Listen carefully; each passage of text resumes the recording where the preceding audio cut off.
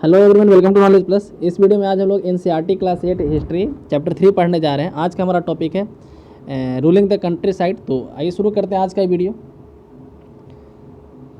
तो company become the दीवान, है ना। अब सबसे पहला टॉपिक हम लोग का कि कंपनी किस तरीके से दीवान बना। पिछले चैप्टर हम लोग पढ़े थे प्लासी की लड़ाई के बारे में, बैटल ऑफ बक्सर के बारे में, किस तरीके से उसका एक्सपेंशन हुआ कंपनी का, उसके बारे में लोग पढ़े थे।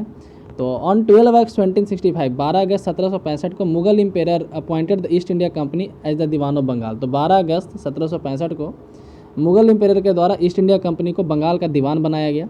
The actual event most probably took place in the Robert Clive tent. जो इवेंट हुआ था ये रॉबर्ट क्लाइव के टेंट में हुआ था। With a few English man and Indian as witness, जिसके गवाह के तौर पे कुछ इंग्लिश मैन थे और कुछ इंडियन आदमी थे। But in the painting of the event is shown a majestic occasion taking place in a grand setting. क्या कह रहा है कि लेकिन ऊपर में एक पेंटिंग है, पहले वो पेंटिंग हम लोग देख लेते हैं। तो यहाँ पे जैसे कि पेंटिंग में आप देख सकते हैं कि चारों तरफ बड़ा एक महल टाइप का आपको दिख रहा होगा, ये सब है ना। इधर भी एक बिल्डिंग आपको दिख रहा है, बड़ा बड़ा बिल्डिंग इधर ही दिख रहा है, ठीक है। और यहाँ पे मुगल इम्पेयर से जो है दीवानी राइट ले रहा है कौन, रॉबर्ट क्लाइव। यहाँ पे आप देख सकते हैं। तो लिखा भी है इसका टॉपिक कि Robert Clive accepting the diwani of Bengal, Bihar, Orissa from the Mughal 1765, ठीक है। तो लेकिन एक्चुअली में जो इवेंट हुआ था रॉबर्ट क्लाइव के टेंट में हुआ था, ठीक है। तो जैसा कि यहाँ पे लिखा है कि एक्चुअली जो टेंट में हुआ था, but in the painting of the event is shown a majestic occasion taking place in a grand setting. The painter was commissioned by Clive. तो पेंटर को जो है क्लाइव से कमीशन मिला था, घूस मिला था, है ना, to record the memorable event in Clive's life. The grant of diwani clearly was one such event in the British imagination. तो क्या करें कि ब्रिटिश के लिए एक इमेजिनेशन था, उसके लिए एक सपना जैसा हो रहा था, लग रहा था कि हमको दीवानी राइट मिल गया है ना। यहाँ पे वो छोटा सा बिजनेस करने के लिए आया था। पहले वो मतलब मुगल इम्पेयर से बिजनेस करने का परमिशन मांग रहा था कि हमको 2-4 दुकान खोलने दीजिए, और यहाँ उसको मतलब को दीवानी राइट मिल रहा था। तो उसके लिए एकदम समझ सकते हैं कि क्या माहौल होगा उसका। As diwan the company became the chief financial administrator of the territory under its control. तो यार दीवान के रूप में कंपनी जो है चीफ फाइनेंशियल एडमिनिस्ट्रेटर बन गया, ठीक है। जितना टेरिटरी का उसको हिस्सा मिला था, जैसे बिहार, बंगाल, उड़ीसा के टेरिटरी का। Now we have to think of investing the land and organising its revenue resource. अब उसको क्या मतलब उसका एक मकसद क्या था, तो लैंड को एडमिनिस्टर करना और रेवेन्यू सोर्स को ऑर्गेनाइज करना। This had to be done in a way that could yield enough revenue. तो कह रहा है कि उसको इस तरीके से करना था कि उसको मैक्सिमम रेवेन्यू मिल सके, जितना से ज़्यादा उसको राजस्व आए उतना ही ज़्यादा उसके लिए फ़ायदा था। A trading company had also to ensure that it would buy the product it needed and sell it wanted. कह रहे एज अ ट्रेडिंग कंपनी, है ना, ईस्ट इंडिया कंपनी एक ट्रेडिंग कंपनी था, तो उसको ये भी इंश्योर करना था कि वो प्रोडक्ट को खरीद सके और बेच सके, है ना, कोई भी सामान को खरीद सके और बेच भी सके।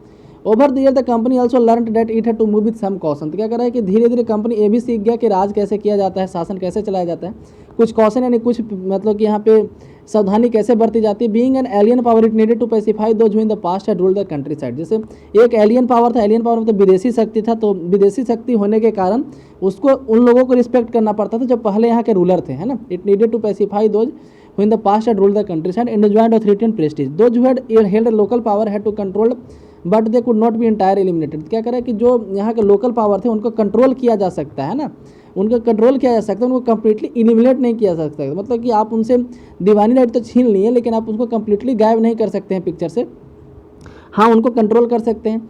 ही was this to be done, how was this to be done. तो कहा जा रहा है कि एक ऐसा होगा कैसे। In this chapter we will see how the company became to the colonise the countryside. तो इस चैप्टर में हम लोग यही पढ़ेंगे कि कंपनी किस तरीके से पूरे कंट्री को कॉलोनाइज किया। ऑर्गेनाइज रेवेन्यू रिसोर्सेज ऑर्गेनाइज किया। Redefine the right of people के लोग मतलब कि लोगों के राइट को डिफाइन किया दोबारा। And produce the crop it want, और जिस तरीके का फसल उगवाना चाहता था उस तरीके का फसल उगवाया अपनी ज़रूरत के हिसाब से। अब revenue for the company, company के लिए रेवेन्यू का क्या क्या था। The company had become the diwan but it still saw itself primarily the trader. Company जब दीवान बन चुका था, राजा बन चुका था, लेकिन कंपनी का जो ओरिजिनल पर्पस क्या था, बिजनेस करना, है ना। तो अभी भी वो व्यापारी वाला वो काम करता था, अभी भी वो ट्रेडर के रूप में खुद को देखता था। It wanted a large revenue income but was unwilling to set up any regular system of assessment and collection. क्या करे को बड़ा रेवेन्यू चाहता था, है ना, वो बड़ा रेवेन्यू कलेक्ट करना चाहता था। वो चाहता था कि जितना से ज़्यादा पैसा हमको मिले यहाँ से राजा टैक्स के रूप में, लेकिन वहीं दूसरी तरफ वो ये नहीं चाहता था कि एक रेगुलर सिस्टम बनाए कलेक्शन का, ठीक है। मतलब वो चाहता था कि हम कमाएं, बहुत ज़्यादा कमाएं, लेकिन उसके लिए इंफ्रास्ट्रक्चर डेवलप न करें, ऐसा वो चाहता था। The effort was to increase the revenue as much it could and buy fine cotton and silk cloth as cheaply as possible. उसका एफर्ट, उसका प्रयास होता था कि रेवेन्यू को जितना हो सके इंक्रीज़ किया जाए, रेवेन्यू को काफ़ी ज़्यादा इंक्रीज़ किया जाए, जिससे जो फाइन क्वालिटी का कॉटन और सिल्क क्लॉथ तो खरीद सके, जितना सस्ता पॉसिबल हो उतना सस्ता। Within 5 year the value of goods bought by the company in Bengal doubled. तो क्या करें 5 साल के अंदर अंदर जो कंपनी के द्वारा जो सामान खरीदा जाता था वो डबल हो जाता था। Before 1865 the company had purchased goods in India by importing gold, sorry यहाँ 1765 होगा, है ना, एनसीईआरटी बुक में भी कभी कभी गलती हो जाता है, हम कई बार यहाँ पे वीडियो में भी बताए हैं। तो before 1765 the company had purchase good, तो 1765 के पहले, दीवानी राइट मिलने के पहले कंपनी को जो है इंडिया में सामान खरीदने के लिए गोल्ड इंपोर्ट कराना पड़ता था, सोना लेके आना पड़ता था लंदन से, ठीक है, चांदी लेके आना पड़ता था। लेकिन अब वो क्या करता था, यहाँ के जो टैक्स कलेक्ट होता था, now the revenue collected in Bengal could finance the purchase of goods for export, यानी कि जो बंगाल में रेवेन्यू कलेक्ट हो रहा था उसी से जो है अपने गुड्स, मतलब कि जो उसका सामान का एक्सपोर्ट करने के वाला सामान का उसका परचेजिंग कर सकता था। Soon it was clear that the Bengal was economy was facing deep crisis, क्या करें कि इससे soon it was clear that Bengal economy was facing deep crisis.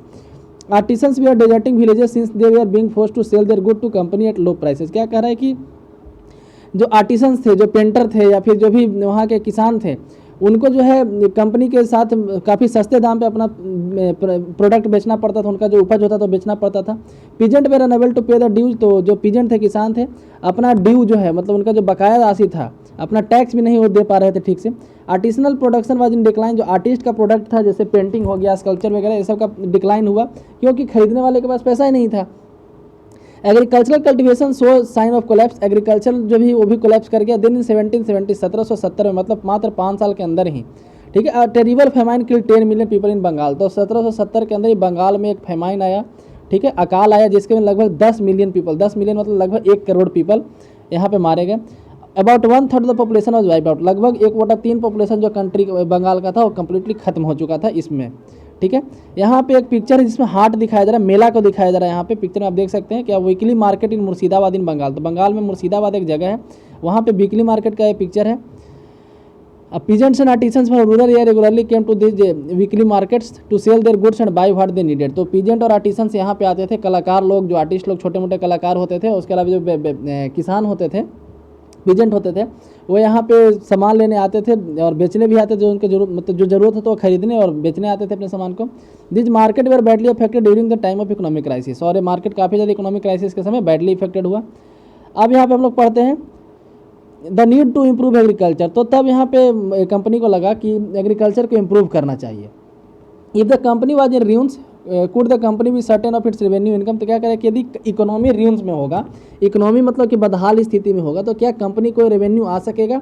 Most company official began to feel that investment in land had to be encourage and agriculture had to be improve, तो बहुत सारे company को officer को ऐसा लगा कि investment किया जाना चाहिए लैंड में और इम्प्रूव करना पड़ेगा एग्रीकल्चर को।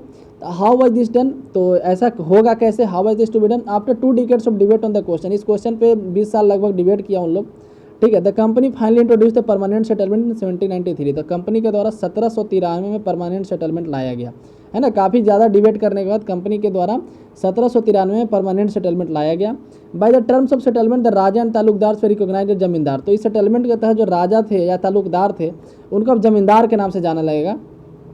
दे were asked to collect rent from the peasants and pay revenue to the company, उनको बोला गया कि आप जो है किसान से, लोकल किसान से टैक्स कलेक्ट कीजिए, वहाँ उनसे रेंट कलेक्ट कीजिए और कंपनी को रेवेन्यू दीजिए। The amount to be paid was fix permanently, तो जो अमाउंट इसमें जो पेड किया जाता था ये परमानेंटली फिक्स्ड होता था, ठीक है। मतलब कि यदि एक बार हो गया कि 20, मतलब कि महीना में यदि आपको 20 लाख रुपया देना है, मान लीजिए किसी जमींदार को ऐसा बोला गया, तो हमेशा के लिए वो हो गया, उसके लिए जमींदारी 20 लाख रुपया ही हो देगा, ठीक है।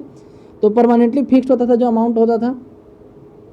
That is even not to be increase even in future, तो फ्यूचर में भी नहीं बढ़ाया जाएगा, ऐसा यहाँ पे रहता था। It was felt that this would ensure a regular flow of revenue into the company coffers and the same time encourage the zamindar to invest in improving the land, तो इससे 2 फायदा हुआ। कंपनी 2 फायदा यहाँ पे कैसे की, तो कंपनी के लिए एक परमानेंट इनकम का सोर्स हो गया कि साल भर में 20 लाख रुपये तो हमको उस जमींदार से आ जाएगा, है ना, तो एक रेगुलर फ्लो ऑफ रेवेन्यू हो गया।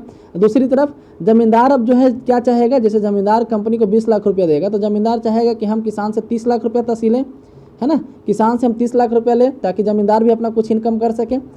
तो उसके लिए ज़मींदार क्या करेगा, इन्वेस्टमेंट करेगा लैंड में, क्योंकि किसान को कुछ सिखाएगा, एग्रीकल्चर में इन्वेस्टमेंट करेगा, ठीक है। तो इससे जो है कंपनी जो इस काम करने से बच गई, ये काम करने से बच गई।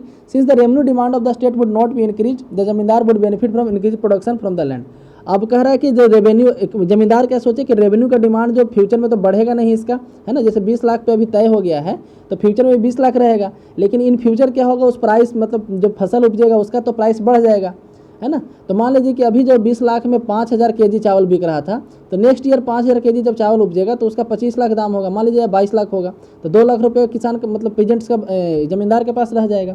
तो जमींदार ये भी सोचने लगा कि भविष्य में जब महंगाई बढ़ेगा तो उस समय भी हमको 20 लाख ही देना पड़ेगा, है ना। आज भी हम 20 लाख ही दे रहे हैं, लेट फॉर एग्जाम्पल हम 20 लाख ले रहे हैं, ऐसा कोई 20 लाख रुपये था नहीं वहाँ पे, इसीलिए इसका नाम था परमानेंट सेटलमेंट। इसमें जो प्राइस तय हो जाता था वो परमानेंटली होता था।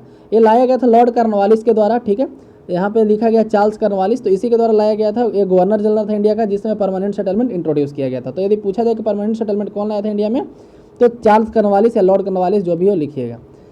नेक्स्ट यहाँ पे द प्रॉब्लम, तो इसमें कुछ प्रॉब्लम भी था। The permanent settlement have created problem, तो परमानेंट सेटलमेंट में भी काफ़ी ज़्यादा प्रॉब्लम हुआ। The company officer soon discovered the zamindars were in fact of not investing in the improvement of land. Company officer को ये बात पता चला बाद में कि जमींदार जो है इंप्रूवमेंट नहीं कर रहे हैं लैंड में। The revenue that had been fixed was so high that the zamindar found it difficult to पे।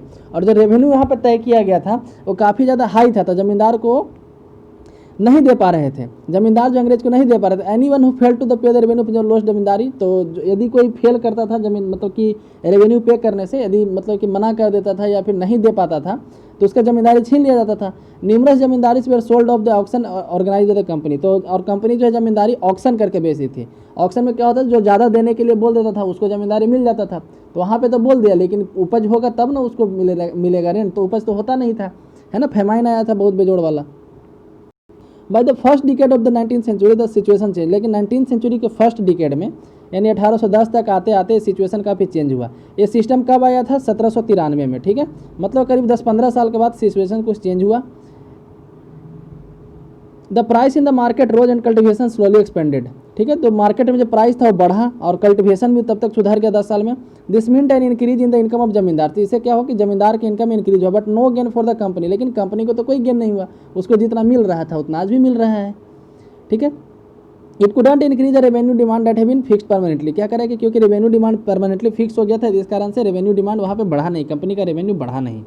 इवन देन द जमींदार didn't have an interest in the improving the, लेकिन आज भी जमींदार को लैंड में इंप्रूवमेंट करने में कोई दिलचस्पी नहीं था, ठीक है। Some had lost their lands in the earlier year of the settlement, तो कुछ जमींदार जो है परमानेंट सेटलमेंट जब आया था उसी समय अपना ज़मीन खो दिया, इसका रीज़न कि वो जमींदारी दे नहीं पाया था। Other now so the possibility of earning without the trouble and risk of the investment, क्या कर रहे हैं अब जो है कुछ जमींदार उस समय घाटा सह के अंग्रेज को पे किए, तो चाहते थे कि हम जितना हमारा लॉस हुआ वो मेंटेन करें, इधर हम लोग प्रॉफिट निकालें, ज़्यादा से ज़्यादा प्रॉफिट निकालें। As long as zamindars could give out the land to the tenant and get rent they were not interested in improving the land, तो जब तक जमींदार को जो है किसानों से रेंट मिलते रहेगा तब तक वो इम्प्रूवमेंट मतलब कि कोई दिलचस्पी नहीं दिखाएंगे कि लैंड में या फिर एग्रीकल्चर में इन्वेस्टमेंट भी किया जाए, ठीक है। आगे बढ़ते हैं। On the other hand in the village the cultivator found the system extremely oppressive, वहीं दूसरी तरफ जो विलेजर थे, आम किसान थे, उनको ऐसा लगा कि ये जो सिस्टम है परमानेंट सेटलमेंट का ये काफ़ी ज़्यादा ऑपरेसिव है, काफ़ी ज़्यादा आक्रामक है। The rent he paid to the zamindar was high and his right on the land was insecure, क्या कह रहा है कि जो लैंड मतलब कि जो रेंट देते थे जमींदार को वो काफ़ी ज़्यादा हाई था। To pay the rent he had to often take a loan, कभी कभी जो है कि मनी लेंडर से उनको लोन भी लेना पड़ता था। And when the fail to pay the rent he was evicted from the land and had cultivated for generation, तो कहा जा रहा है कि यदि वो मतलब कि पैसा देने से मतलब या फिर रेंट देने से मतलब मना कर देता था या नहीं दे पाता था, ठीक है, तो उससे उसका ज़मीन छीन लिया जाता था। वो ज़मीन जिस पे वो काफ़ी जनरेशन से कल्टिवेशन करते आ रहा है, कई पीढ़ियों से उस पर खेती करते आ रहा है, वो ज़मीन उससे छीन लिया जाता था। तो next a new system is divide, तो वहाँ पे एक नया सिस्टम सोचा गया अंग्रेजों के द्वारा कि परमानेंट सेटलमेंट से हमको कोई फायदा नहीं हो रहा है ना। By the early 19th century many of the company officials were convinced that the system of revenue has to be change again, तो क्या करें कि 19th सेंचुरी के शुरुआत आते आते कई कंपनी के ऑफिशियल को ऐसा लगा कि सिस्टम को एक बार फिर से चेंज करना पड़ेगा, रेवेन्यू सिस्टम को एक बार चेंज करना पड़ेगा। How could revenue be fixed permanently at a time when the company needed more money to meet its expenditure on administration trade, क्या करें कि अभी जो मतलब कि हम लोग कैसे अभी हमको एडमिनिस्ट्रेशन करने के लिए पैसा चाहिए, ट्रेड करने के लिए पैसा चाहिए, लेकिन कंपनी का जो इनकम है वो फिक्स्ड है, तो ऐसे कैसे काम चलेगा, अंग्रेज लोग सोचने लगा। In the north western province of the Bengal presidency most of the now Uttar Pradesh, तो क्या करें कि नॉर्थ वेस्टर्न प्रोविंस बंगाल का, ठीक है, बंगाल का नॉर्थ वेस्ट प्रोविंस जो आजकल मेनली उत्तर प्रदेश के आसपास का इलाका है। An English man called Holt Mackenzie divide the new system which came into effect in 1882, तो एक अंग्रेज आदमी था जिसका नाम था हॉल्ट मैकेंजी, ठीक है, इसका नाम याद रखिएगा। हॉल्ट मैकेंजी एक नया सिस्टम डिवाइस किया जो 1822 में इफेक्ट में आया। He felt that the village was an important social institution in the North Indian society and needed to be preserved, उसको ऐसा लगा, उसको ऐसा महसूस हुआ कि जो गांव था एक इंपॉर्टेंट सोशल इंस्टीट्यूशन है, ठीक है, एक इंपॉर्टेंट सोशल इंस्टीट्यूशन है सोसाइटी में, नॉर्थ इंडियन सोसाइटी में खास करके, and needed to be preserve, और इसको प्रिजर्व करना चाहिए, उसको ऐसा लगा। Under his direction collector went from village to village inspecting the land, measuring the field and recording the custom and right of the different group. तो उसके निर्देश पे क्या करें, उसके डायरेक्शन के आधार पे कलेक्टर जो होते थे, ठीक है, जो आज डीएम होते हैं, ठीक है, और जो कलेक्टर होते थे गांव से गांव जाते थे, लैंड का इंस्पेक्शन करते थे, कितना फील्ड है ये जानते थे, क्या क्या फसल उपजा है ये सब जानते थे। The estimated revenue of each plot within a village were added to the calculate the revenue to each village had to pay. क्या करे, वहाँ से फिर एक मतलब कि एस्टिमेट लगाया जाता था कि ये साल कितना फसल होने वाला है, उससे हमको कितना रेवेन्यू मिलना चाहिए। तो वो गांव पे बोल दिया जाता था, मतलब कि गांव के एक मुखिया को, गांव का जो हेड होता था उसको बोल दिया जाता था कि इस गांव से हमको इतना रेवेन्यू चाहिए।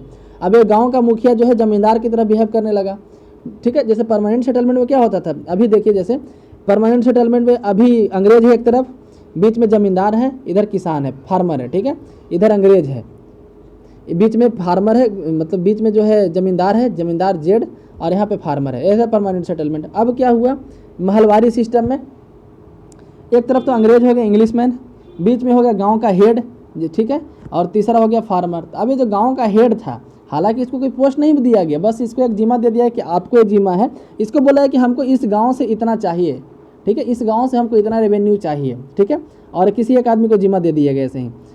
तो ज़मींदार की तरह कोई स्पेशल पोस्ट नहीं था वहाँ पे, जैसे क्लास में एक मॉनिटर होता है ना, बस उसी तरह समझ लीजिए, कोई फ़ायदा तो होता नहीं है। This demand was to revise periodically, ये जो डिमांड जो है परमानेंटली फिक्स्ड नहीं था, बल्कि एक पीरियड के बाद रिवाइज होता था। जैसे कि आप देखेंगे कलेक्टर गांव से गांव जाते थे, हर एक प्लॉट का निरीक्षण करते थे, है ना, तो उसके आधार पे यहाँ पे डिमांड, मतलब कि जो रेवेन्यू का डिमांड था चेंज होते रहता था। The charge of collecting the revenue and paying it to company was given to the village headman, है ना, विलेज का जो हेडमैन होता था, ठीक है, उसको ये जिम्मा दिया गया। अब जमींदार से जिम्मा छीन लिया गया। इस सिस्टम को महलवारी सिस्टम के नाम से जाना गया, ठीक है, इस सिस्टम को महलवारी सिस्टम के नाम से जाना गया। याद रखिएगा किसके द्वारा लाया गया था, तो हॉल्ट मैकेंजी के द्वारा लाया गया था, 1822 में ये आया। और महलवारी सिस्टम, महल मतलब गांव होता है, गांव को महल बोला जाता था इसलिए। नेक्स्ट है the Munro system. Munro system क्या है, तो in the British territories in the south where there are similar move away from the idea of permanent settlement. तो क्या करें, परमानेंट सेटलमेंट से वहाँ भी अंग्रेज जो है तबाह हो चुका था। The new system was divide to known as ryotwari या रैयतवारी सिस्टम। तो क्या करें, एक नया सिस्टम डिवाइड यहाँ पे किया गया जिसको रैयतवार या रैयतवारी सिस्टम बोला गया। रैयत का मतलब किसान होता है साउथ इंडिया में।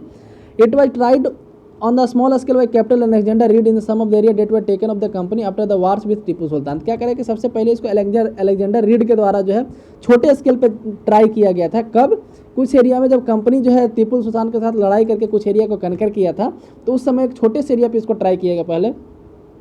Subsequently developed by Thomas Munro, this system was gradually extended all over the south India. लेकिन थॉमस मुनरो के द्वारा इस सेटलमेंट को, मतलब रैयतवारी सिस्टम को और ज़्यादा डेवलप किया गया और पूरे साउथ इंडिया में इसको लगाया गया। रीड एंड मुनरो, ठीक है, तो अलेक्जेंडर रीड और Thomas Munro felt that in south there were no tradition zamindar. क्या कह रहा है कि साउथ में कोई ट्रेडिशनल जमींदार नहीं थे। The settlement they argued had to be made directly with the cultivator. तो क्या कह रहा है कि यहाँ पे जो है मिडिल मैन का झंझट खत्म कर दिया गया। अंग्रेज एक तरफ इंग्लिश, दूसरे तरफ फार्मर, न बीच में जमींदार, न कोई विलेज हेडमैन, कोई नहीं, ठीक है। तो रैयतवारी में ये होता था, डायरेक्ट रैयत से वहाँ पे कॉन्टैक्ट किया जाता था, रैयत यानी किसान से, ठीक है। तो the settlement they argued that was made directly with the cultivator who had tilted the land for generation. तो मतलब कि उन लोगों से यहाँ पे कॉन्टैक्ट किया जाता जो काफ़ी पीढ़ियों से यहाँ पे खेत जोतते आए हैं। Their field had to be carefully and separately surveyed before the revenue assessment was made. जब रेवेन्यू का असेसमेंट होता था यहाँ पे कि कितना रेवेन्यू हमको लेना चाहिए, तो उसके पहले उस खेत को जो है क्लियरली देखा जाता था, उसका नाप लिया जाता था, सर्वे किया जाता था। ये मुनरो का यहाँ पे फोटो है। Munro thought that British should act as paternal father figures protecting the rights under their charge. क्या कर रहा है कि मुनरो ऐसा सोचता था कि ब्रिटिश जो है यहाँ के किसानों का रक्षा कर रहा है ना, एक पैटर्नल फादर की तरह बिहेव कर रहा है। All was notable. Next topic यहाँ पे, within a fever after the new system were imposed it was clear that all was not with them, ठीक है। Driven by their desire to increase the income from land revenue official fix to higher revenue demand. क्या कह रहा है कि कुछ दिन लागू करने के कुछ ही दिन बाद ऐसा महसूस हुआ अंग्रेजों को कि सब कुछ ठीक ठाक नहीं चल रहा है। ज़्यादा से ज़्यादा इनकम करने के चक्कर में क्या हुआ कि रेवेन्यू जो है काफ़ी ज़्यादा मांग लिया जाता था। Peasants were unable to pay, जो पीजेंट्स थे, किसान थे, पे नहीं कर पाते थे। Ryots fled the countryside, and villages become deserted in many region. क्या कह रहा है कि जो है जो किसान थे, यहाँ पे राइट का मतलब वो वाला राइट नहीं, वो राइट दंगा वाला राइट RIOT होता है, यहाँ पे वो किसान है, ठीक है। तो किसान जो है कंट्री के दूसरे हिस्से में जाने लगे, उधर एरिया को छोड़ करके। विलेज जो है बहुत ज़्यादा विलेज डिजर्टेड हो गया, मतलब वहाँ पे सुनसान जगह बन गया, ना कोई खेती होता था, ना कोई आदमी रहने लगा। Optimistic official have imagined that the new system would transform the peasant into rich enterprising farmer, but this didn't happen। तो जो रैयतवारी सिस्टम जो लगाया गया था थॉमस मुंडो और अलेक्जेंडर रीड के द्वारा, तो उसमें सोचा था कि एकदम पैसा ही पैसा आएगा, है ना, बहुत पैसा आएगा, बहुत ज़्यादा इंक्रीज करेगा, लेकिन हुआ ऐसा कुछ नहीं। नेक्स्ट है क्रॉप्स फॉर यूरोप, ठीक है। अब यूरोप के लिए क्रॉप उगाना इंडिया में। The British also relied that the country side could not yield only revenue, it could also grow the crops Europe required. क्या करे, ब्रिटिश ऑफिसर को ऐसा लगा कि न सिर्फ रेवेन्यू जनरेट किया जा सकता है इंडिया में, बल्कि इसके अलावा यूरोप में जो हमको सामान चाहिए, यूरोप में जो हम लोग को ज़रूरत है जिस फसल का, वो भी यहाँ पे उगवा सकते हैं। By the late 18th century the company was trying it to best to expand the cultivation of opium and indigo. तो 18th सेंचुरी के लास्ट होते होते कंपनी के द्वारा जो है ओपियम और इंडिगो दो फसल उगाने पर जोर दिया गया। ओपियम बोलते हैं एक नशा वाला पदार्थ होता है, नॉर्मली गांजा बोला जाता है किसी किसी इलाके में, इसको ओपियम बोलते हैं। इंडिगो जो नील होता है, हम लोग उजला कपड़ा में डालते हैं। In the century and a half that followed, the British persuaded or forced cultivators in various parts of India to produce other crops। क्या करें, इसके पहले भी जैसे ओपियम और इंडिगो ही ऐसा कोई पहला फसल नहीं था जो ब्रिटिश ज़बरदस्ती उगवाएंगे।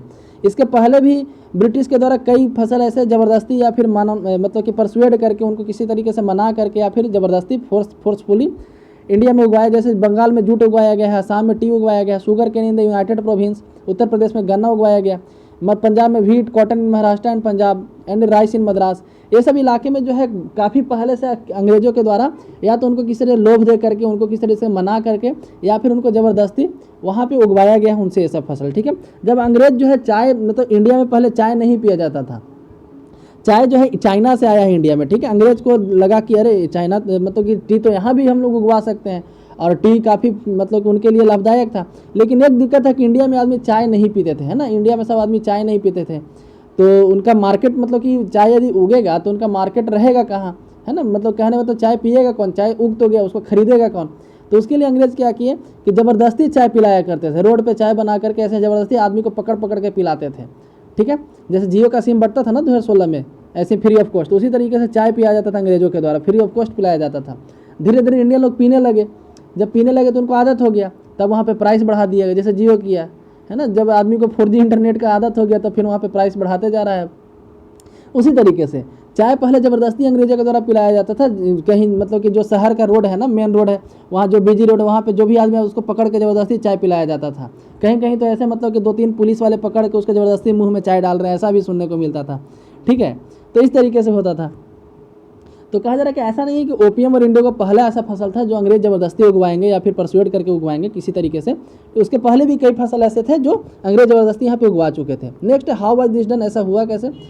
तो the British use a variety of method to expand the cultivation of crop, बहुत सारे मेथड ये उगाते थे, मतलब कि यूज करते थे उगाने के लिए। Let us take a closer look at the story of one such crop and one such method of production. तो एक यहाँ पे हम लोग पढ़ते हैं, एक ऐसे ही स्टोरी के बारे में पढ़ते हैं कि एक फसल को कैसे ज़बरदस्ती उगाया गया और कौन सा मेथड अपनाया गया। यहाँ पे है एक पेंटिंग आपको दिखेगा, एक कलमकारी पेंटिंग है। कलमकारी पेंटिंग आंध्र प्रदेश का मेनली पेंटिंग है, कलम से किया जाता है, ठीक है, इसलिए इसका नाम है कलमकारी पेंटिंग, ठीक है। नेक्स्ट है Morris cotton print 19th century में, तो ये मॉरिस कॉटन प्रिंट है। तो आप देख सकते हैं यहाँ पे कलमकारी पेंटिंग आज भी आपको मिल जाएगा आंध्र प्रदेश के इलाके में। फिगर 5 और 6 यहाँ जो तो फिगर था are 2 images of cotton print, है 2 इमेजेज जिस पे कॉटन पे प्रिंटिंग किया गया। The image on the left show kalamkari printing created by weavers of Andhra Pradesh in India. Left image जो था कलमकारी पेंटिंग है जो इंडिया के वीवर्स के द्वारा किया गया है। अब जो है कलमकारी पेंटिंग कपड़ा के अलावे जो है पेपर पे भी किया जाता है। आप देखेंगे कलम से बना हुआ बहुत सारा इमेज आएगा आपको, देवी देवता का या फिर कई तरह का इमेज आएगा, है ना, सोशल मीडिया पर सर्कुलेट करते रहता है कभी कभी। तो सब कलमकारी पेंटिंग है, कलम से किया जाता है, ठीक है। तो वीवर्स के द्वारा कपड़ा पे किया गया। On the right is the floral cotton print design and produced by the William Morris, a famous poet and artist of 19th century Britain. दूसरा जो है एक विलियम मॉरिस के द्वारा एक फ्लोरल डिजाइन है, फूल का डिजाइन है ब्रिटेन का। There is one thing common, इसमें एक चीज़ कॉमन है, both use a rich blue colour, दोनों में एक एकदम गहरा ब्लू कलर है, डार्क ब्लू कलर है। कॉमनली कॉल्ड इंडिगो, जिसको इंडिगो कहा जाता है, नील कहा जाता है। Do you know how this colour was produce, क्या आप जानते हैं कि ये कलर कैसे प्रोड्यूस होता था। The blue that you see in this prints were produced from plant call indigo. जो हम लोग ब्लू इस पेंटिंग में देख रहे हैं एक प्लांट है इंडिगो, उससे निकाला जाता है, ठीक है, it is likely that blue dye use in the Morris parents in the 19th century Britain और manufacture indigo plant cultivated in India. ऐसा हो सकता है, मतलब ऐसा संभावना है कि जो ब्लू कलर मॉरिस, जो मॉरिस है ये वाला, ये जो मॉरिस का पेंटिंग है, ठीक है, विलियम मॉरिस नाम था ना, हाँ विलियम मॉरिस का जो पेंटिंग उसमें जो ब्लू कलर है उसमें जो इंडिगो यूज किया गया था, है ना, वो इंडिया की इंडिगो था, इंडिया में उगाया गया था, ऐसा संभावना है। For India was the biggest supply of Indigo in the world of that time. क्यों? क्योंकि इंडिया उस समय दुनिया में इंडिगो का सबसे बड़ा सप्लायर था। Why the demand for Indian Indigo, India के इंडिगो का डिमांड इतना ज़्यादा क्यों था? The indigo plant grow primarily in the tropics. तो इंडिगो प्लांट जब मेनली ट्रॉपिकल एरिया में उगता है, ट्रॉपिक ऑफ कैंसर से लेकर ट्रॉपिक ऑफ कैप्रिकॉर्न के बीच में उगता है। By the 13th century Indian indigo was being used by the cloth manufacture in Italy. क्या कहते हैं, 13th सेंचुरी में इंडिया का इंडिगो यूज किया जाता था इटली में, फ्रांस में, ब्रिटेन में कपड़ा को रंगने के लिए। However, only a small amount of Indian indigo reached the European market and its price was very high। तो क्या करें, काफ़ी कम अमाउंट में इंडिगो जो है यूरोप के मार्केट में पहुंचते थे और उनका प्राइस काफ़ी ज़्यादा होता था। European cloth manufacture therefore had to depend on other plant called woad to make violet and blue dye. क्या करें, तो इस तरीके से यूरोपियन के जो कपड़ा बनाने वाले वहाँ पे लोग थे, ठीक है, वहाँ पे जो बीवर थे या फिर कपड़ा मैन्युफैक्चरर थे, उनको एक प्लांट पे डिपेंड होना पड़ता है, इसको बोलते हैं वुड, WOAD, ठीक है। इससे वॉयलेट कलर का निकलता था रंग, जैसे इंडिगो से ब्लू निकलता है ना, तो इससे वॉयलेट निकलता था और कभी कभी ब्लू भी निकाला जाता था इससे। तो याद रखिए, वुड एक प्लांट होता है। Being a plant of temperate zone, would was more easily available in Europe. तो वुड जो है टेम्परेट जोन का प्लांट है, इसलिए यूरोप में आसानी से पाया जाता था। It was grown in northern Italy, southern France and the part of Germany and Britain.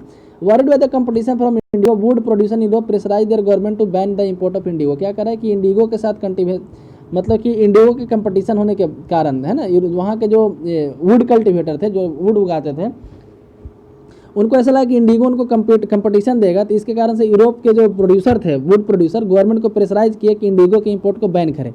Cloth dyer how perfect indigo as a dye, लेकिन जो क्लॉथ डायर थे, कपड़ा बनाने वाले थे, वो इंडिगो को ज़्यादा प्रीफरेंस देते थे, ठीक है, इंडिगो को प्रीफरेंस देते थे। Indigo produced rich blue colour, क्योंकि इंडिगो जो है काफ़ी ज़्यादा गाढ़ा ब्लू कलर देता था। फिर जो dye from woad was pale and dull, वहाँ मतलब उसमें से जो कपड़ा कलर निकलता था उतना ज़्यादा चहकदार नहीं होता था।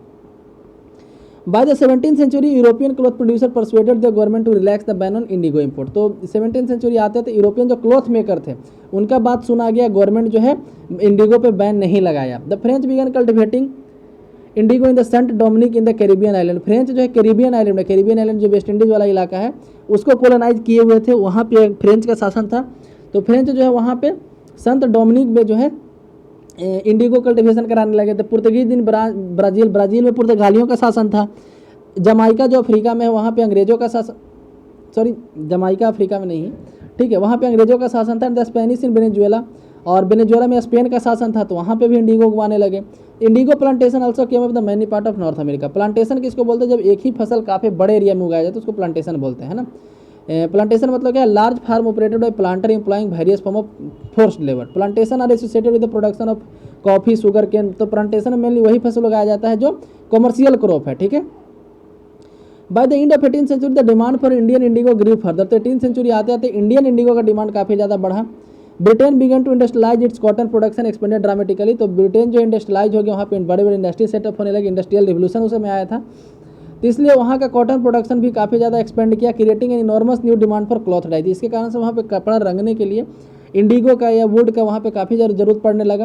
While the demand for indigo increase, जैसे इंडिगो के लिए डिमांड इंक्रीज किया, it restrict supplies from the West Indies and America collapse for a variety of reason.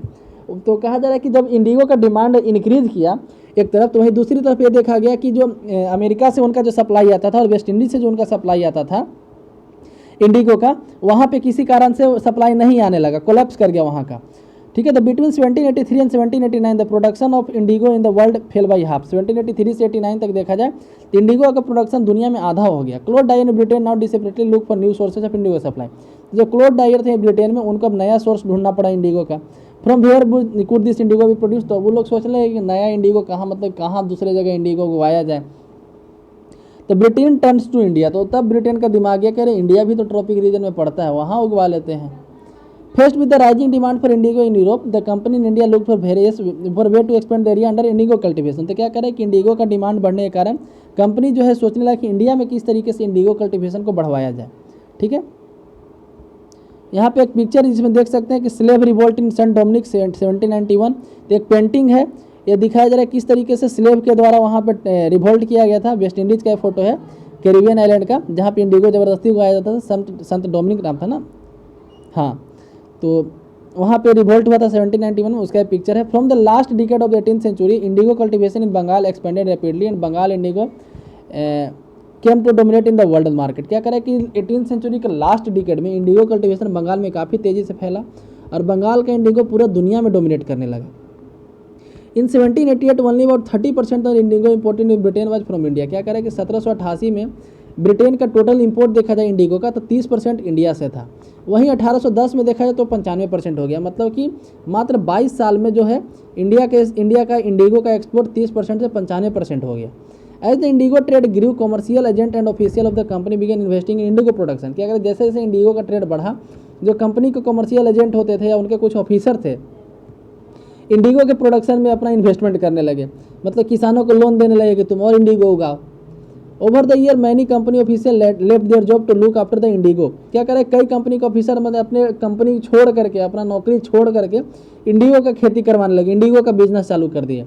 Attracted by the prospect of high profit numerous Scotsman and Englishman came to India. तो कह रहा है कि ये जो high level का जो profit था, इसको देखते हुए कई स्कॉटिश मतलब स्कॉटलैंड के आदमी, इंग्लिश मैन है ना, इंडिया में आए और प्लांटर बन गए, यहाँ के इंडिगो उगाने लगे। Those who had no money to produce indigo could get loan from the company। जिनके पास इंडिगो उगाने के लिए पैसा नहीं था, कंपनी से लोन ले सकता था, है ना। And the banks that were coming up that time, उस समय बैंक भी बना दिए गए थे, तो बैंक से भी लोन ले सकता था। Next, how was indigo cultivated. तो इंडिगो कल्टिवेट होता कैसे था। तो there were two main system of indigo cultivation, nij and ryoti. क्या कह रहा है कि इंडिगो कल्टिवेशन के दो मेन सिस्टम थे इंडिया में, एक था नीज, एक था रायती, ठीक है।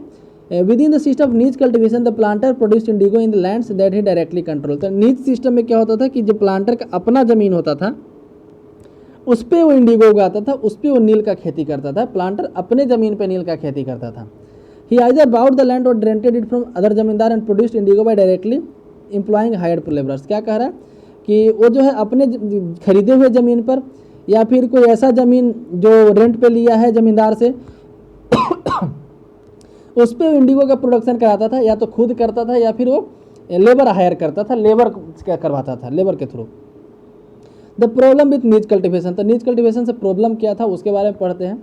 The planter found it difficult to expand the area under nij cultivation. तो प्लांटर जो थे उनको ऐसा लगा कि नीज कल्टिवेशन में कोई फायदा नहीं है, एरिया एक्सपेंड नहीं करा पा रहा था उन लोग। Indigo could be cultivated only on fertile land and there was already densely populated. क्या कह रहा है कि इंडिगो हमेशा फर्टाइल लैंड पे ही उगाया जा सकता है, और फर्टाइल एरिया था काफ़ी ज़्यादा डेंसली पॉपुलेटेड था, उधर काफ़ी ज़्यादा पॉपुलेशन रहता था। Only small plots scattered over the landscape could be acquired. क्या कह रहा है कि वहाँ पे छोटे छोटे जो प्लॉट है वही एक्वायर किया जा सकते हैं।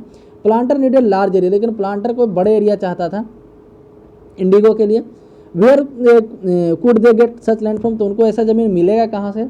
दे attempted to lease in the land around the indigo factory. तो इंडिगो का फैक्ट्री के आसपास का जो जमीन होता है उसका लीज पे उन्होंने लेने लगा। And evict the peasant from this area, और उस एरिया से पीजेंट जो किसान थे उसको वहाँ से खाली कराने लगा।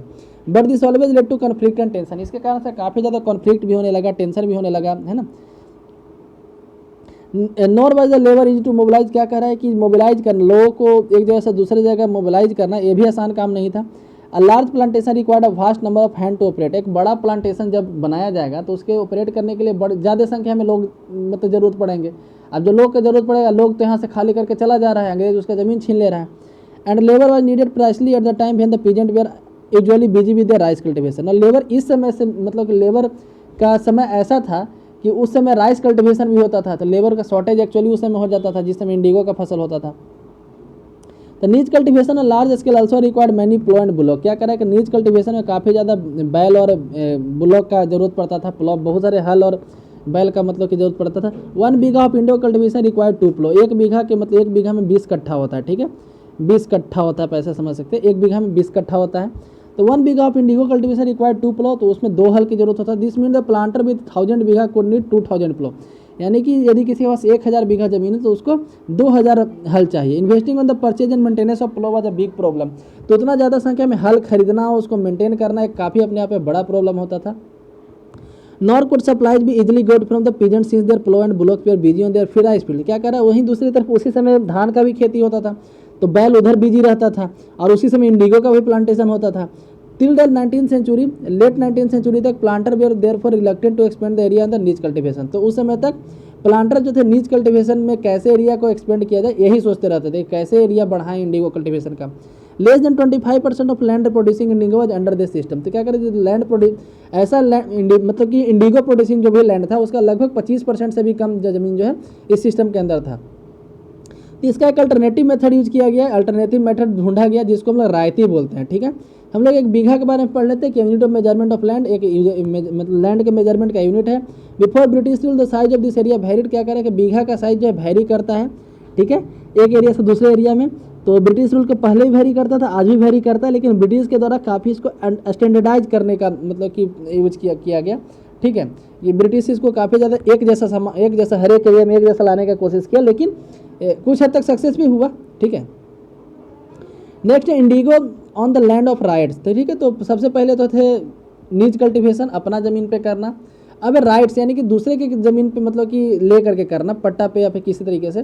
तो under ryoti system the planters force the right to sign a contract and agreement. क्या कह रहा है कि इसके तहत क्या होता था कि जो प्लांटर थे, ठीक है, उनको किसानों के साथ एग्रीमेंट ज़बरदस्ती करवाया गया, किसानों को उनके साथ ज़बरदस्ती एग्रीमेंट करवाया गया। At time they pressurise the village headman to sign the contract on the behalf of ryots. क्या कह रहे थे कि हर एक किसान से साइन नहीं करवाते थे, जो विलेज का हेडमैन होता था, मुखिया होता था, उससे ज़बरदस्ती वो साइन करा लेते थे कि सारे किसानों के बदले हम साइन कर रहे हैं कि हम लोग नील का खेती करेंगे। Those who sign the contract got cash advance from the planters. तो क्या जो साइन कर लेते थे उनको कैश एडवांस दे दिया जाता था, काफ़ी कम मतलब कि low rate of interest to produce indigo. But the loan committed the right to cultivating indigo at least 25% of the area his holding. तो लेकिन इसमें एक नियम लगा दिया गया कि आपका जो भी एरिया उसका लगभग 25% पे आपको इंडिगो उगाना पड़ेगा। ठीक है, the planter provided the seed and the drill. क्या करेगा, प्लांटर उसके लिए बीज भी दे देते थे, ड्रिल मशीन मतलब कि हल भी दे देते थे, ऐसे बोल सकते हैं। while the cultivator has prepared the soil, sowed the seed and look after the ground। जो कल्टिवेटर होता था, जो किसान होता था, वो बीज बोता था, मिट्टी तैयार करता था और फसल का देखरेख करता था। ठीक है, आगे बढ़ते हैं। तो हाउ वाज इंडिगो प्रोड्यूस्ड। यहाँ पे आप एक पिक्चर देख सकते हैं, उसमें हम डिस्क्राइब करते हैं कि इंडिगो प्रोड्यूस कैसे होता था। तो सबसे पहले एक पिक्चर देखिए, यहाँ पे है बीटर वैट, यहाँ पे फार्मिंग वैट। ठीक है, एक इंडिगो फैक्ट्री का यहाँ पे दिखाया जा रहा है, विलियम सिम्पसन के द्वारा पेंटिंग बनाया गया, काफ़ी फेमस पेंटर हैं, है ना, विलियम सिम्पसन, ये नाम याद रखिएगा। विलियम सिम्पसन काफ़ी इंडियन पेंटिंग काफ़ी ज़्यादा की है, मतलब इनका जब अंग्रेज का शासन था तो इनका काम वही था, पेंटिंग करते रहना हर जगह जा करके। तो Indigo villages were usually around Indigo factories owned by the planters. क्या कह रहा है कि जो प्लांटर होते थे, प्लांटर का मतलब यहाँ पे किसान नहीं है, ठीक है, जो फैक्ट्री के मालिक होते थे उनको प्लांटर कहा गया है यहाँ पे। ठीक है, तो जो फैक्ट्री के मालिक होते थे उनके द्वारा जो फैक्ट्री बनाया गया था उसी के आसपास के गांव में इंडिगो उगाया जाता था। ठीक है, after harvest the indigo plant was taken to the vats in the indigo factory. तो वैट्स होता था, वैट्स क्या होता है उसके बारे में लोग पढ़ते हैं। ठीक है, अब फर्मेंटिंग और स्टोरेज भेजल, तो आम भाषा में समझिए कि एक बर्तन होता है जहाँ पे स्टोरेज किया जाता था। ठीक है, दो तरह का वैट होता था। तो इंडिगो जो है वहाँ से वैट में ले जाया जाता था इंडिगो फैक्ट्री के। 3 और 4 वैट्स पर needed to manufacture the dye. 3 या 4 वैट चाहिए था डाई बनाने के लिए। Each vat as a separate function, हर वैट का अपना फंक्शन होता था। The leaves stripped off the indigo plant were first worked in the warm water in the vat. क्या कह रहा है कि सबसे पहले क्या होता था कि इंडिगो प्लांट का जो पत्ता होता था, ठीक है, या होता है, आज भी यही काम होता है, पत्ता तो आज भी होता है इंडिगो के प्लांट में। तो each vat at separate function, the leaves stripped off the indigo plant were first soaked in the warm water. तो एक फर्मेंटिंग वैट होता था, उसमें गर्म पानी होता था, उसमें पहले पत्ता को डाल दिया जाता था कुछ घंटे के लिए, कई घंटे के लिए, है ना। When the plants fermented the liquid began to boil and bubble. क्या कह रहा है कि उसके बाद क्या होता था कि जब प्लांट फर्मेंटेड हो जाता था तो लिक्विड जो बॉयल करने लगता था, उसमें से बबल निकलने लगता था। Now the rotten leaves were taken out and the liquid drained in the another vat that was placed just below the first bed.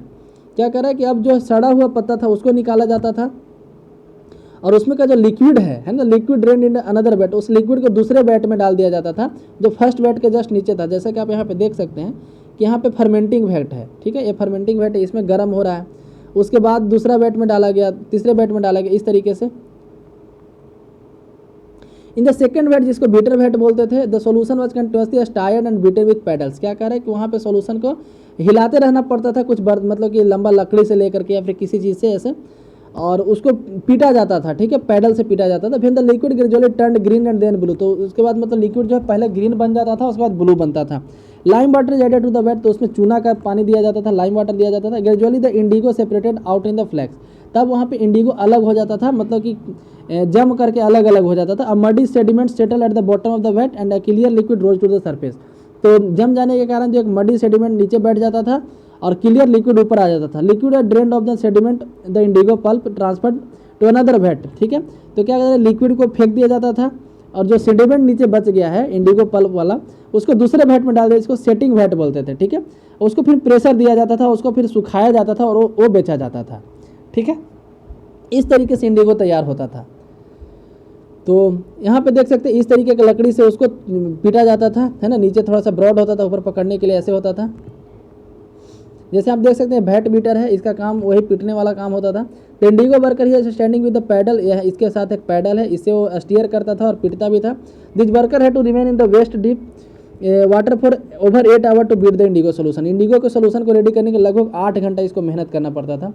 अब नेक्स्ट है कि द इंडिगो जो है तैयार हो जाता था बेचने के लिए। Here you see the last stage of production, जैसे इस पिक्चर में दिखाया गया कि प्रोडक्शन का लास्ट स्टेज कैसे है। Worker stamping and cutting the indigo pulp that you in pressure and moulded. क्या करें, जो वर्कर हैं उस पर मुहर लगा रहे हैं कंपनी का, ठीक है, और ब्लॉक में मतलब कि इस तरीके से लेके जा रहे हैं दूसरी जगह एक्सपोर्ट करने के लिए, ठीक। तो नील उस समय मतलब कि अभी भी नील ऐसे ही प्रोडक्शन होता है। हम लोग जो घर में लिक्विड जो नील खरीदते हैं, फिर वही जो सूखा वाला है ना, उसको उससे फिर लिक्विड तैयार किया जाता है। तो एक जगह से दूसरी जगह कैरी करने में सॉलिड थोड़ा ईजी पड़ता है, इसलिए सॉलिड फॉर्म में जो है ले जाया जाता था उसको। When the crop was delivered to the planter, अब हम लोग वापस से अपने टॉपिक पे आते हैं। पिछला जो टॉपिक में था कि यहाँ पे क्या था कि the planter provided seed and drill, seed और ड्रिल प्रोवाइड कराता था, और जो कल्टिवेटर होता था फसल का देखरेख करता था, मिट्टी तैयार करता था। आगे पढ़ते कि when the crop was delivered to the planter after the harvest, जब फसल कट जाता था तो क्रॉप को जो है प्लांटर को दे दिया जाता था, क्योंकि प्लांटर पहले से पैसा दिए हुए हैं, ठीक है। A new loan was given to the ryot, तो फिर तुरंत वो नया लोन दे देता था, मतलब कि एडवांस पैसा दे देता था, ठीक है। और यही साइकिल चलते रहता था। Peasant were initially tempted by the loan so realised the hard system was, तो क्या करा कि शुरू में तो पीजेंट को ये सब अच्छा लगा कि हम लोग को एडवांस पैसा मिल जा रहा है, लेकिन बाद में उनको ये सिस्टम थोड़ा सा हार्श लगने लगा कि अब लगता है हम लोग फंस गए हैं। The price they got for the indigo where produce was very low, जो प्राइस उनको मिलता था काफ़ी लो होता था। और लोन का साइकिल कभी भी खत्म नहीं होने वाला साइकिल एक ऐसा बन गया है ना, मतलब कि जो लोन लिए उसको चुका नहीं पाए, फिर से लोन लेना पड़ा, इस तरीके का काम चलने लगा वहाँ पे। There were other problem too, और भी कई प्रॉब्लम थे। The planter usually insisted the indigo be cultivated on the best soil in the which the peasant prefer to cultivate rice. क्या कह रहा है कि जैसे आप पहले तो बोला कि आपको 25% पे ही आपको उगाना है, ठीक है, 25% पे उगाना है नील। अब वो एक और ज़बरदस्ती करने लगा कि तुमको 25% उस वाला खेत को चुनना है जिसपे ज़्यादा राइस उगता है, जो ज़्यादा फर्टाइल है ना। Indigo more ever have deep root in the exhausted the soil rapidly. क्या करें कि इंडिगो काफ़ी डीप रूट, उसका रूट काफ़ी बड़ा होता है, जिसके कारण से सॉइल का जो फर्टिलिटी है वो काफ़ी कम हो जाता है। अब पढ़ते हैं ब्लू रिवेलियन, उसके बाद ब्लू रिवेलियन हुआ, ठीक है, ब्लू रिवेलियन हुआ, उसके बारे में पढ़ते हैं। इंडिगो रिवेलियन भी इसको बोला जाता है। इन मार्च 1859, मार्च 1859 में, ठीक है, 1857 की क्रांति के 2 साल बाद इसको नीली क्रांति भी बोला जाता है, इसलिए ब्लू रिवेलियन यहाँ लिखा गया है। राइट्स इन बंगाल, जो बंगाल में किसान थे, refuse to grow indigo, indigo उगाने से मना कर दिया। As a rebellion spread, ryots refuse to pay rent to the planters. तो रिवेलियन काफ़ी तेज़ी से फैला, जो किसान थे प्लांटर को रेंट देने से मना कर दिए। Attacked indigo factory, indigo factory को अटैक किए। Armed with sword and spear, उनके हाथ में तलवार होता था, एरो होता था, इंद्रधनुष होता था, इंद्रधनुष नहीं सॉरी धनुष बाण होता था। Women turn up the fight with pots, women जो है बर्तन के साथ, कढ़ाई के साथ, किचन का जो इम्प्लीमेंट होता था, है ना, जो आज भी होता है बच्चों को मारने के लिए, तो उसी हथियार से लेकर के अंग्रेजों से लड़ने लगे। Those who work for the planters were socially boycotted, तो जो प्लांटर के लिए वर्क करते थे, है ना, इंडियन लोग में से कुछ जो है प्लांटर के लिए एजेंट के रूप में काम करते थे, ठीक है, उनको अब पीटा जाने लगा कि अंग्रेज का चमचा मत बनो। उनको एक्चुअली गोमस्ता बोला जाता था, ठीक है। तो गोमस्ता किसको बोलते थे, जो अंग्रेज के चमचा होते थे, एजेंट ऑफ द प्लांटर्स, ठीक है, जो प्लांटर होते थे फैक्ट्री के मालिक, उसके एजेंट को गोमस्ता बोला जाता था। गोमस्ता का क्या काम था कि मतलब कि अंग्रेज को बताना कि कौन से गांव में कितना खेत है, कौन सा फर्टाइल वाला खेत है, किस आदमी के पास कितना खेत है, ये सब डाटा बताना, मतलब एजेंट था ही। तो एजेंट क्या काम करता होगा समझ सकते हैं। राइट्स क्या है कि गोमस्ता ही रेंट कलेक्ट करने आता था, रेंट को लेने गोमस्ता ही आता था। राइट्स और they would no longer take advance to sow indigo not build by the planters. Lathiyals, the lathi wielding strongman maintained by the planters. क्या कह रहा है कि राइट जो है ज़्यादा दिन तक नहीं टिक पाया, ठीक है, ज़्यादा एडवांस नहीं हो पाया, क्योंकि जो अंग्रेज की तरफ से लठियाल्स लोग थे, लठियाल्स लोग भी इंडियन ही हुआ करते थे, प्लांटर्स के द्वारा जो लाठी वाले आदमी को यहाँ पे हायर किया गया इस रिबेलियन को दबाने के लिए। Why the Indigo peasants decided they would no longer remain silent. क्या कह रहे हैं, तो यहाँ पे तो हम लोग पढ़े इसके बारे में एक बुक लिखा गया है दीनबंधु मित्र के द्वारा। दीनबंधु मित्र एक आदमी का नाम है ना, उनके द्वारा बुक लिखा गया, इसका नाम है नील दर्पण, है ना। तो नील दर्पण इसी रिबेलियन के बारे में उसमें बताया गया है। तो मतलब कि इंडिगो पिजेंट जो थे, इंडिगो वाले किसान लोग थे, वो कब क्यों ऐसा सोचे कि अब जो है साइलेंट रहना है, अब वायलेंट बनना पड़ेगा। What gave the power to rebel, विरोधी बनने का उनका क्या रीजन था, कहाँ से शक्ति आया। Clearly the indigo system was intensely oppressive but those who were oppressed do not always rise in rebellion, they do so only at times. क्या कह रहे हैं कि ये तो क्लियर था कि जो इंडिगो सिस्टम था काफ़ी ऑपरेसिव था, काफ़ी मतलब कि दमनकारी टाइप का था, लेकिन हमेशा ये रिबेलियन तो हुआ नहीं था। रिबेलियन कैसे हुआ उसके बारे में पढ़ते हैं। In 1859 indigo ryots felt that they had the support of local zamindar and village headman in the rebellion against the planter. 1859 में किसानों को ऐसा लगा कि उनको सपोर्ट है जमींदार का, वहाँ का जो लोकल जमींदार है, गांव के हेडमैन है, उसके फेवर में है, उन्हीं के भरोसे रिबेल हुआ था।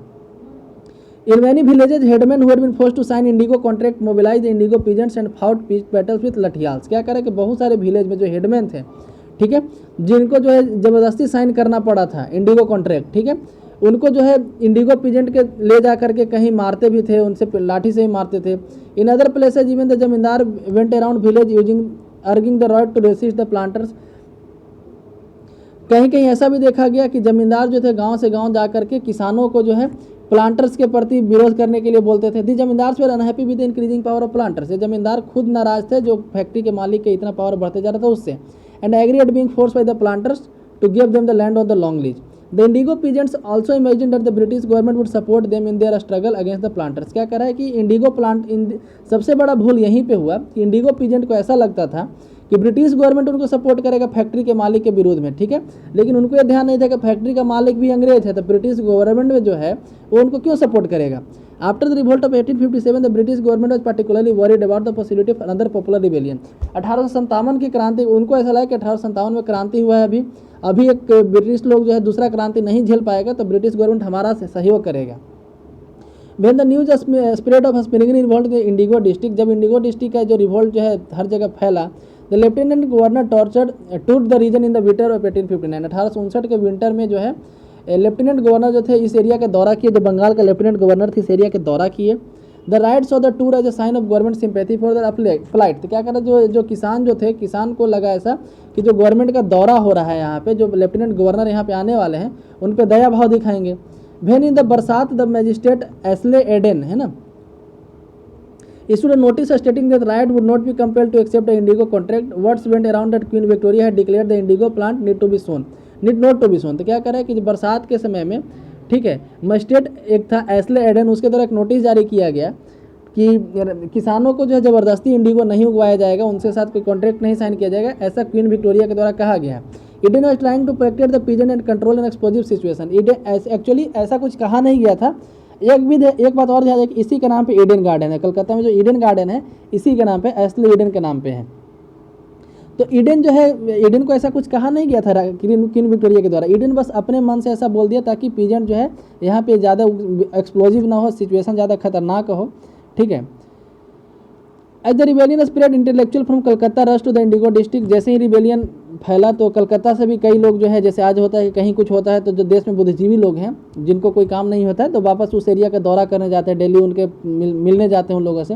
The rate to the misery of ryot the tyranny of planters and the horrors of the indigo system. अब अखबारों में लेख लिखा जाने लगा, है ना, कि किस तरीके से किसान को सताया जा रहा है, प्लांटर क्या कर रहे हैं, इंडिगो सिस्टम एक हॉरर है, ये बताया गया। Worried by the rebellion, the government brought in the military to protect the planter from assault and set up the Indigo Commission to inquire into the system of indigo production। क्या कह रहे हैं, rebellion से चिंता होकर government military को बुलाया और जो प्लांटर थे यानी फैक्ट्री के मालिक को उसको सुरक्षा प्रदान किया गया मिलिट्री के द्वारा। एक इंडिगो कमीशन सेटअप किया गया ताकि वो इंडिगो प्रोडक्शन के साथ क्या क्या हुआ है वो छानबीन कर सके। The commission held the planter guilty. The commission जो है प्लांटर यानी कि फैक्ट्री के मालिक को गिल्टी पाया and criticise them for coercive method they use. और उनके द्वारा जो आक्रामक नीति अपनाया गया था, कोएर्सिव मेजर जो अपनाया गया था, ठीक है, इंडिगो कल्टीवेटर के साथ, उसके लिए उनको क्रिटिसाइज किया गया। Declare that indigo production not profitable for ryots. उनके मतलब इंडिगो कमीशन ने बताया कि जो नील का जो खेती है किसानों के लिए फायदेमंद नहीं है। The commission asked the right to fulfil their existing contract but also then told they could refuse the production indigo in future. तो किसानों को बोला गया कि जो कॉन्ट्रैक्ट अभी हो गया है उतने दिन तक नील उगाइए, उसके बाद आप मन होगा तो उगाइएगा, नहीं तो नहीं उगाइएगा, है ना, ऐसा बोला गया उनको।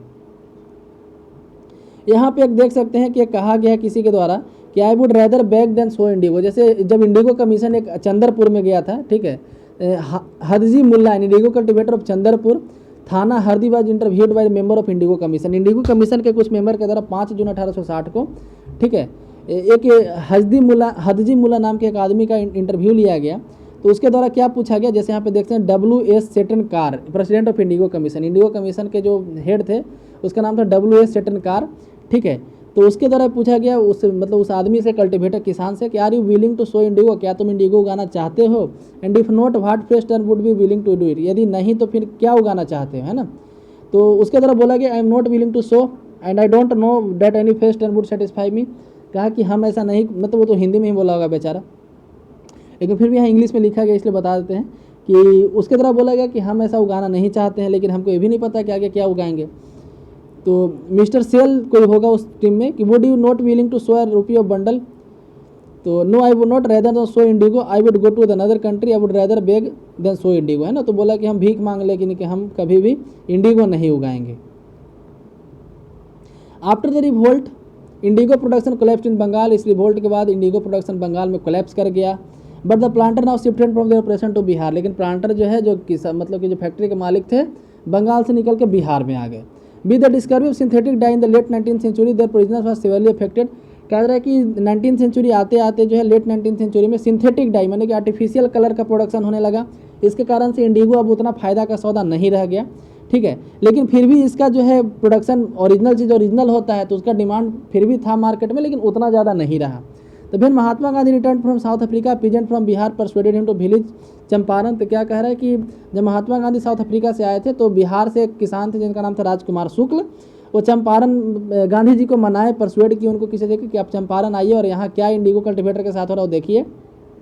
गांधी जी 1917 में चंपारण को विजिट किए, ठीक है, इसका 100 साल हो चुका है, और यहीं से चंपारण मूवमेंट स्टार्ट हुआ और यहीं से बोल सकते हैं कि गांधी जी के द्वारा इंडिया में पॉलिटिक्स स्टार्ट हुआ, ठीक है। तो था इस चैप्टर में हम लोग जाने। तो आप कभी भी कंफ्यूज मत कीजिएगा, 1859 का इंडिगो रिवोल्ट और 1917 का जो बिहार वाला है, ये दोनों काफ़ी कंफ्यूज कर जाते हैं। एक्चुअली हम भी पहले कंफ्यूज थे, कई बार हम भी ये गलती कर चुके हैं, ठीक है। 1917 में जो बिहार में हुआ था चंपारण विद्रोह, अलग चीज़ है। नील दर्पण, मतलब कि नील विद्रोह जो हुआ था 1859 में, वो अलग चीज़ है। हालांकि दोनों का टॉपिक सेम है, लेकिन दोनों अलग अलग एरिया में हुआ था, अलग अलग रीजन था। वहाँ पे 25% एरिया पे उगाया जाता था। बिहार में नियम था 3 कट्ठिया सिस्टम, यानी कि 20 कट्ठा में 3 कट्ठा पे उगाना है, 1 बीघा में 3 कट्ठा पे आपको नील उगाना है, यानी कि 3/20 पार्ट पे। वहाँ पे था 1/4 पार्ट पे। तो यहाँ पे जो है पार्ट थोड़ा सा कम कर दिया गया है ना, वहाँ 25% था, यहाँ 15% कर दिया गया उसको। अब एल्स में मतलब दुनिया में उस समय क्या हो रहा था, तो हम लोग पढ़ते हैं indigo making in West Indies. तो वेस्ट इंडीज़ में उस समय नील उग रहा था। In the early 18th century French missionary Jean Baptiste Labat travel to the Caribbean island and wrote extensively about the region. Published in one of his books the image show all the stage of indigo production French slaved world. तो जैसे हम लोग ऊपर पढ़े थे कि French जो है अपने स्लेवरी के मदद से वहाँ पे फोर्स्ड लेबर करवा करके वहाँ पे फसल उगवाता था। तो सारा कुछ रीजन मतलब कि वही दिखाया गया है। जो यहाँ पे वैट जो है 4 तरह का वैट है, जैसे इंडिया में हुआ करता था। पहले इसमें गर्म किया जाता था, फिर उसको इसमें डाला जाता था, यहाँ पे चूरा जाता था, है ना, इस तरीके से जो भी है। तो इसी के साथ ये चैप्टर समाप्त होता है। आपके लिए यहाँ पे होमवर्क ये है कि कमेंट सेक्शन में मैच द फॉलोइंग जो है, ये वाला 4 मैच द फॉलोइंग है, उसके बाद नीचे फिल इन द ब्लैंक्स है, ये दोनों करके बताइए कमेंट सेक्शन में, ठीक है। इसी के साथ ये चैप्टर समाप्त होता है। यदि वीडियो पसंद है तो लाइक करें, चैनल को सब्सक्राइब करें। धन्यवाद।